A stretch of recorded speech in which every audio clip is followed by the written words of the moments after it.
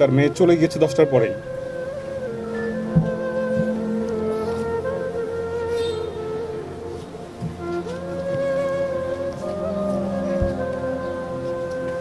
শিশু মেয়ে সন্তানকে নৃশংসভাবে ধর্ষণ এবং হত্যাকাণ্ডের ঘটনা ঘটে।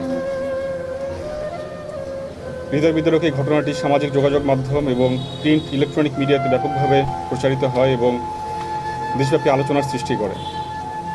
বিষয়টি আমাদের নজর আসার সাথে সাথেই আমরা এ বিষয়ে তদন্ত শুরু করি এবং অপরাধীকে দ্রুততার সাথে আমরা আইনের আওতায় নিয়ে আসার জন্য কাজ শুরু করি।